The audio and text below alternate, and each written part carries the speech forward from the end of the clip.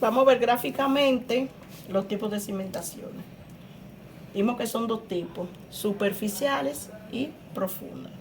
Aquí vamos a ver una zapata aislada. Directamente, fíjense que solamente sobre esa zapata está actuando esta carga.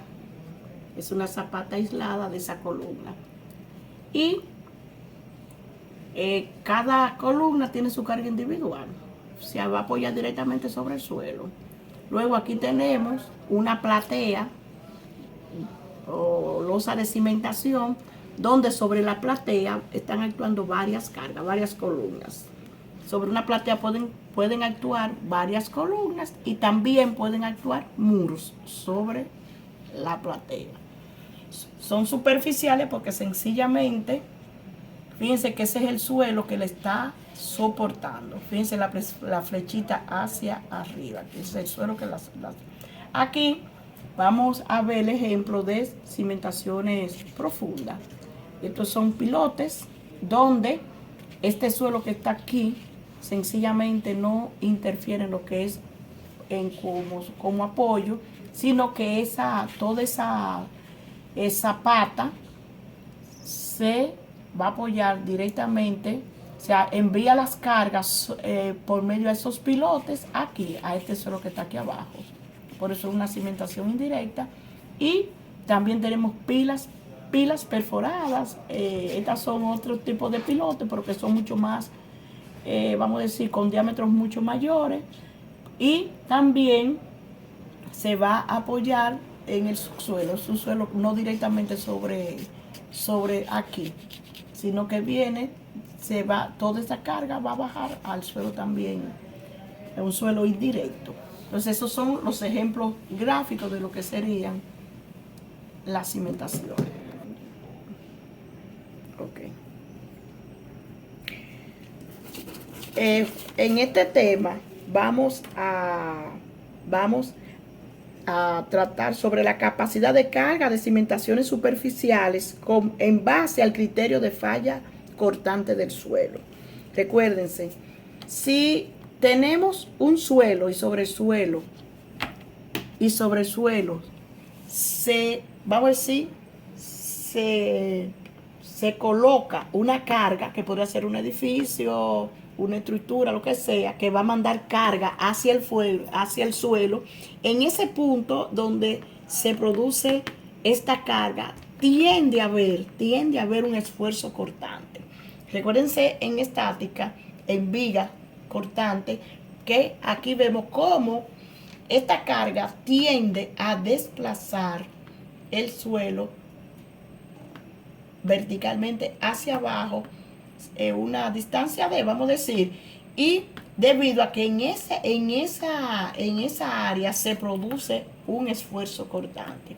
El suelo resistente es aquel que, por la ley de Newton, acción y reacción, reacciona ante esta carga que tiende a desplazar, a crear un esfuerzo cortante en ese punto, tiende a resistir esa carga, ese esfuerzo, manteniendo el suelo estable. Por eso es que necesitamos obtener un suelo resistente y adecuado que garantice que esa carga que va a incidir sobre esa área no produzca esfuerzo cortante. O, mejor dicho, que ese suelo resista ese efecto de esa tendencia, de esa carga a hacer ese desplazamiento. Entonces, fíjense, como le dije en las otras clases, las cargas más importantes que tenemos, cargas verticales importantes, son las cargas de compresión, porque comprimen el suelo y tienden a producir esfuerzo cortante. Vimos cuando iniciamos esta materia que trabajamos con la resistencia cortante de los suelos, porque básicamente vamos a conocer el comportamiento del suelo bajo estas cargas de servicio, que pueden ser cargas externas como pueden ser cargas internas. Entonces, fíjense, geotecnia lo que hace es que calcula o diseña cimentaciones de manera que garanticen esta resistencia aquí, que no se produzca esa falla. Vamos a diseñar cimentaciones dependiendo de cómo falle ese suelo. Entonces nosotros tenemos 3 tipos de falla. Falla por cortante general, falla por cortante local y falla por punzonamiento. Vamos a ver cómo este tipo de fallas inciden en lo que sería el comportamiento de las cimentaciones. Recuérdense que estamos trabajando con cimentaciones superficiales y que generalmente una cimentación es superficial si el empotramiento de F es menor que B. Es menor que B. En este caso vamos a asumir que son cimentaciones superficiales. Estos van a ser los métodos de falla. Por ejemplo, aquí tenemos un ejemplo para una arena, que dependiendo de la compacidad de esa arena, vamos a tener diferentes tipos de fallas por cortante. Cortante local, cortante general y cortante por punzonamiento. Entonces, jóvenes, en este tema vamos a tratar la teoría de la capacidad de carga. Con esta teoría de capacidad de carga vamos a aprender a diseñar cimentaciones desde el punto de vista geotécnico.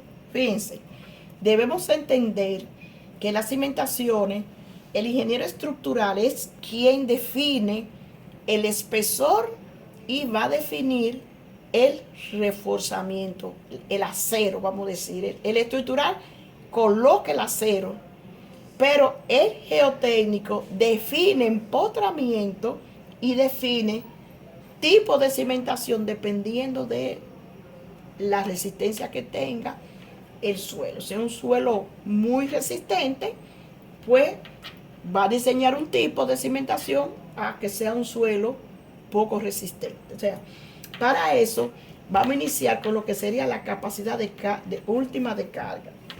Fíjense, antes de entrar a lo que sería la teoría, de manera vamos a decir, vamos a ver conceptos generales de lo que sería la capacidad última de carga. Y vamos a ver el comportamiento del suelo cuando estamos en presencia de cada tipo de ese figuras. Fíjense, vamos a ampliar un poquito lo que es la naturaleza de fallas por capacidad de carga en suelo. Fíjense, producto de la cimentación, todas las cargas que actúan sobre una cimentación. Fíjense, nosotros tenemos 3 tipos de fallas. La primera falla, que sería el esquema A, la figura A, vemos cómo tenemos una cimentación de ancho B y cómo debajo de esa cimentación falla todo el suelo. Falla el suelo, vamos a decir, circundante a esa cimentación, que es donde actúa la carga. Es como si el efecto de la carga me llegara a todo esto aquí. Entonces, fíjense que ese suelo continúa para allá, continúa para acá. Ahora, ¿cómo se comporta esta superficie de falla en este suelo? Fíjense, en el caso A vamos a tener un suelo rígido o un suelo muy resistente, que puede estar constituido por una arcilla muy compacta o dura, o arenas muy densas. En este caso vamos a ver cómo la superficie de falla bordea toda la cimentación, y miren cómo viene, como si fuera, yo diría, como una especie de media luna. Esa es la forma. Aquí, fíjense que la parte donde más incide la carga es directamente debajo de lo que sería la cimentación. Ya luego vamos a tener zonas de fallas radiales, porque esto aquí no es recto, y luego tenemos zonas pasivas de ranking. ¿Por qué? Porque ahí es una zona donde el efecto de la carga no es tan incidente, pero sí, de todas maneras, produce asentamiento. Entonces, mírenlo aquí. Es como si originalmente yo tuviese esa línea aquí, que es donde estaba el suelo inicialmente, y por el efecto de la falla, entonces lo que hace es como un pequeño bulbo de presión, un bulbo ahí, un levantamiento. Esa sería mi falla por cortante general. Y el gráfico carga o esfuerzo de formación viene dada por esta figura, donde inicialmente comienza a aplicarse la carga y se comienza a ver un asentamiento, a producirse un asentamiento, fíjense, como si se fuera hundiendo, y entonces llega un momento donde la carga, esa carga produce la ruptura en el suelo, y a partir de ahí entonces ya la estructura o la cimentación ya falla.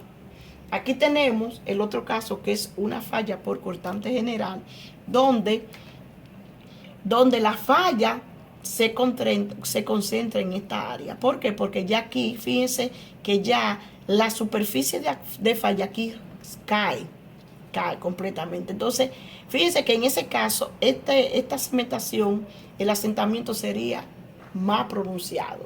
Aquí vamos a tener como algo irregular aquí arriba. Y aquí vamos a tener que la superficie de falla comienza de aquí y termina aquí.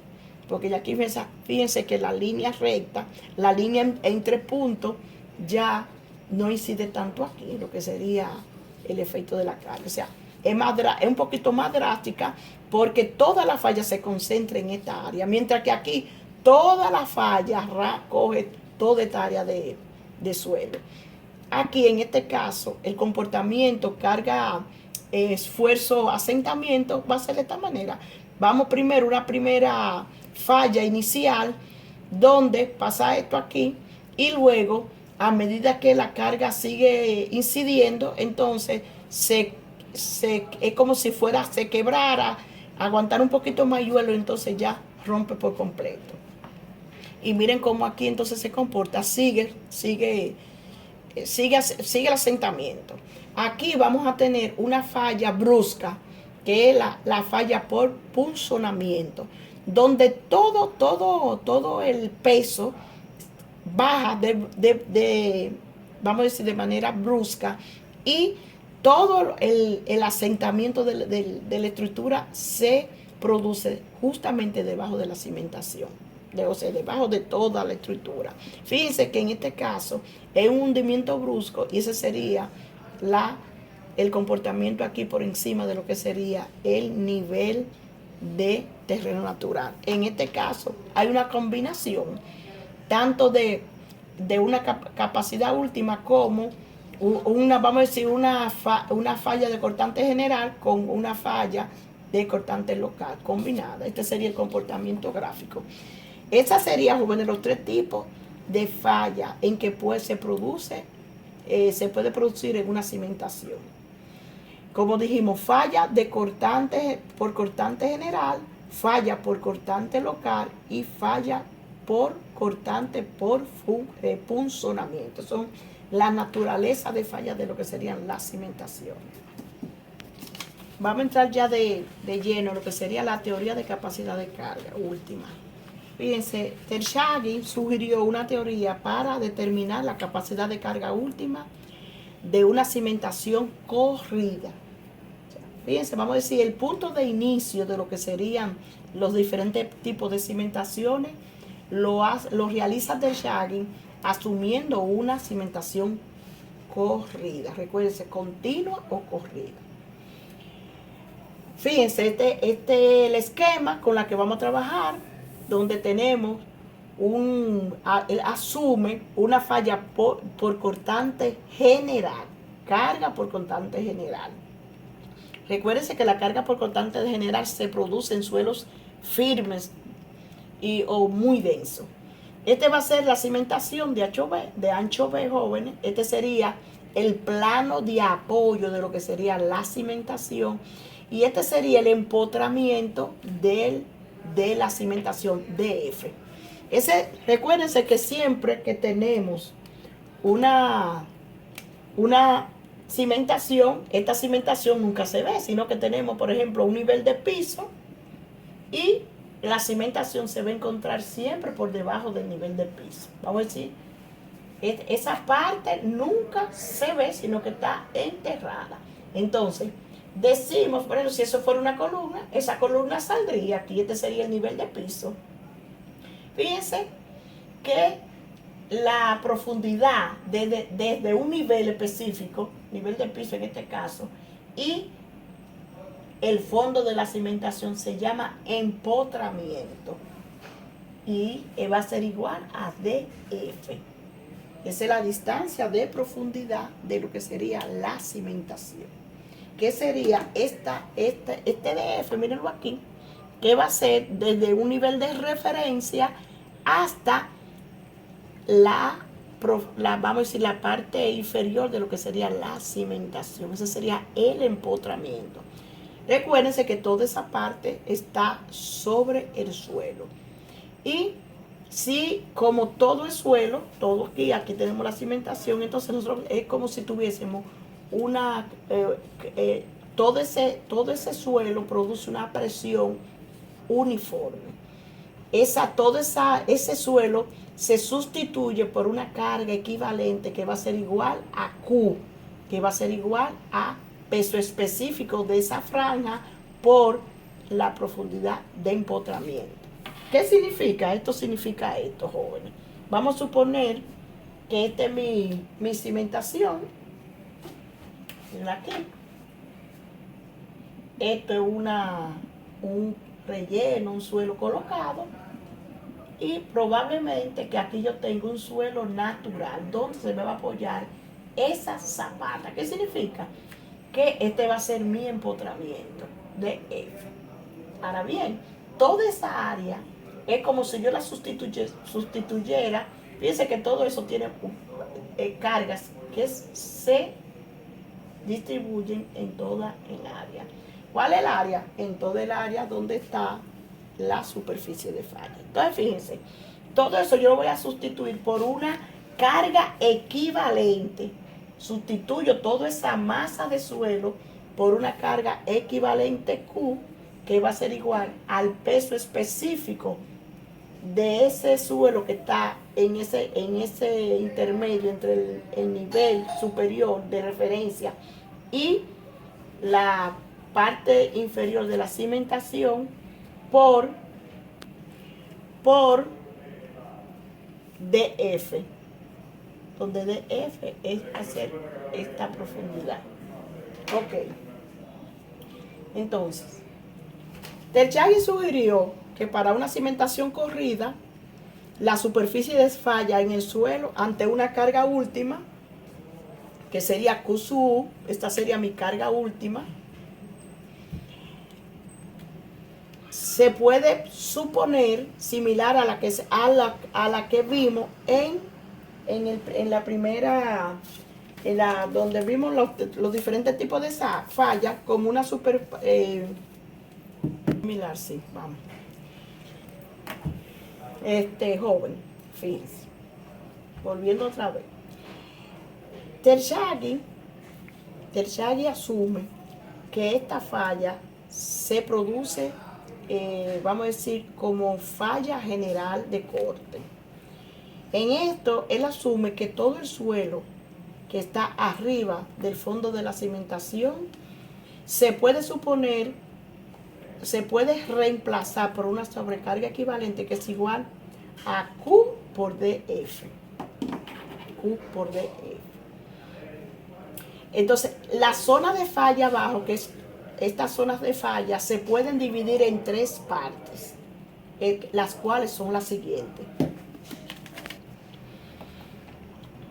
Fíjense aquí, como dijimos, las tres zonas son, viendo de nuevo el gráfico, jóvenes, dijimos que debajo de la cimentación tenemos el comportamiento de la falla, vamos a decir, el comportamiento de los planos de falla, que van a ser toda esta parte que está aquí. Tenemos tres zonas de falla, como es una inmediatamente debajo de la cimentación, una inclinada que se llama zona radial de falla y otra zona pasiva. Mírenla aquí. Debajo de la cimentación vemos que cada zona está dividida por letras. Por ejemplo, tenemos estas, vamos a decir, distancias. Punto A, H, F, D, C, E y G. Entonces, cada, vamos a decir, tramo corresponde a una zona de falla. Por ejemplo, la primera zona, que es la que más incide la carga sobre el suelo, es la zona inmediatamente ocupada debajo de la cimentación, que aquí se produce una zona triangular ACD, que está inmediatamente debajo de la cimentación. Tenemos dos zonas de radiales de corte, que sería la zona AFH, la zona ADF y la zona CDE. Son dos zonas radiales de corte. Y luego las zonas AHF y CEG son las dos zonas pasivas de Rankine. Fíjense que identificando los ángulos en cada una de las esquinas, por ejemplo, fíjense, aquí debajo de la cimentación tenemos ángulos alfa, y aquí en las zonas pasivas tenemos un ángulo aquí de 45 menos phi, que es el mismo que está aquí. Y lo igual que de este lado aquí, aplicando un análisis de equilibrio, jóvenes, Cherchagui plantea esta ecuación para cimentaciones corridas. Plantea la cimentación de capacidad de carga, que va a ser igual a Q sub U igual a CNC más QNQ más un medio gamma por B por N gamma. Fíjense. C, Q y gamma son parte de lo que son las propiedades del suelo, y eso siempre va a ser conocida. Recuérdense que dijimos siempre voy a tener como dato el peso específico del suelo, la cohesión del suelo y el ángulo de fricción. Conociendo estos datos, entonces vamos a decir que la capacidad de carga última va a depender de la cohesión del suelo, la sobrecarga que dijimos que no es más que hacer una carga, vamos a decir, una carga equivalente. Se le denomina sobrecarga equivalente, donde toda la masa de suelo que está dentro del nivel de referencia y el empotramiento de lo que sería la cimentación se sustituye por una sobrecarga equivalente, que es igual a Q igual a gamma por DF. Esa sobrecarga equivalente, que es Q, sería esta sobrecarga que está aquí, por NQ más un medio gamma, que es el peso específico del suelo, B, que es el ancho de la cimentación, por N gamma. Entonces, fíjense, ya nosotros conocemos bien quién es la cohesión, quién es la sobrecarga equivalente y el peso específico. Entonces, NC, NQ y N gamma son los factores de capacidad de carga, que son factores adimensionales y funcionan, o sea, se calcula en función del ángulo de fricción interna. Mira aquí, NC, NQ, N gamma son los factores de capacidad de carga. Y solamente depende del ángulo de fricción. Ustedes van a ver aquí cómo se pueden determinar esa gran ecuación, que siempre solamente va a tener como incógnita el ángulo de fricción. Como solamente depende de el ángulo de fricción, ya hay unas tablas donde, dándole los diferentes valores al ángulo, podemos determinar directamente sobre esa carga, sobre esa tabla, NC, NQ y N gamma. Fíjense, NC va a ser el factor de carga con relación a lo que sería la cohesión del suelo. NQ sería el factor de carga con respecto a la sobrecarga equivalente, y N gamma va a ser el factor de capacidad de carga con respecto al peso específico del suelo. Las variaciones de los factores de carga, como dijimos, vienen definidos por estas ecuaciones y inmediatamente queremos determinar esta ecuación. Recuerden que esta es la ecuación de capacidad última de cimentaciones corrida o continua. Ahora bien, Terzaghi hizo una modificación a esta ecuación para tomar en cuenta la forma cuadrada de las cimentaciones, y esa misma ecuación entonces se cambia, vamos a decir, a esta ecuación, donde ahora NC está acompañada de 1.3, NQ se mantiene invariable y al final, en vez de ser un medio, aquí se multiplica por 0.4. Entonces, para el caso de cimentación cuadrada y para una ecuación circular, una cimentación circular, entonces aquí sería 0.3. Para todos los casos tenemos coeficientes de capacidad de carga en función de los ángulos que vienen en diferentes tablas, y solamente depende del ángulo de fricción. Con esto ya nosotros vamos a aprender a calcular la capacidad de última de cimentaciones corridas y de cimentaciones cuadradas y cimentaciones circulares, jóvenes. Bueno, jóvenes, entonces ya vamos a la próxima clase. Antes de terminar, jóvenes, importante que recuerden que Terzaghi trabajó para falla por cortante general. Entonces, estas son las ecuaciones para cortante general. Sí, estamos en una situación que es falla por cortante local, entonces estas mismas ecuaciones me van a cambiar a estos valores. Estos serían los valores ahora de la ecuación.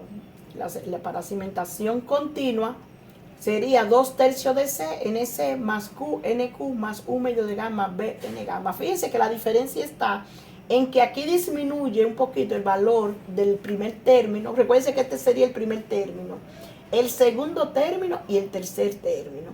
En el primer término varía porque la cohesión disminuye de su valor y los coeficientes de capacidad de carga se van a tener en otra tabla. Luego, para cimentación cuadrada, varía en el primer término, que es 0.867 del valor de la cohesión, y el segundo y el tercer término permanecen invariables. Para la circular se trabaja igual que esta, pero aquí recuérdense que sería 0.3 circular, y también se disminuye la cohesión en esa misma proporción de la cimentación cuadrada. Entonces, otra cosa también, ustedes podrían trabajar con disminuyendo el ángulo si es friccionante, o disminuyendo la cohesión si es cohesivo, y trabajar con las otras ecuaciones, pero vamos a trabajar con estas mejor. Fíjense, estamos trabajando recuérdense, con el libro de Braja y Medas, 7ª edición. Es bueno que este tema 3 completo se lo estudien en este libro, que es donde está mejor explicado. Entonces, para que ya vayan investigando, aquí los factores de carga, NC, NQ y N gamma por falla local, están en la tabla 3.2 de Braja y Medas, 7ª edición. Los primeros factores sería en la tabla 3.1. Ok, jóvenes, ya para concluir, vamos a trabajar vamos a definir lo que es un factor de seguridad en cimentaciones.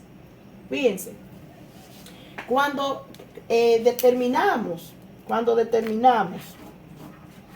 la capacidad última de carga, recuérdense que una capacidad última es aquella donde si se pasa la carga, entonces se produce la falla. Entonces, evidentemente que no podemos trabajar con una capacidad de última. Por ejemplo, no podemos decir que un edificio va a soportar 20 toneladas y vamos a diseñar para que soporte 20 toneladas, porque si un día alguien camina, se va a caer el edificio. Entonces, ¿qué hace ingeniería? Ingeniería lo que hace es que toma factores de seguridad para, aunque diseñemos, aunque conozcamos cuál sería la capacidad última, diseñar con una capacidad menor, de manera que si viene un terremoto, viene un sismo, se hace modificaciones, todavía se tenga como capacidad para incluir esas fuerzas, vamos a decir, más o menos tolerables, sin sobrepasarse demasiado, por supuesto. Y entonces para eso se emplean estos factores. Por ejemplo, mi factor de seguridad en edificación, en cimentaciones, generalmente varía entre 2 y 3, donde mi factor de seguridad va a ser igual a la capacidad última entre una capacidad permanente o admisible. Entonces, jóvenes, vamos siempre a diseñar con esta capacidad. Es decir, capacidad última, permanente o admisible. Generalmente trabajamos, se le dice admisible, capacidad última admisible.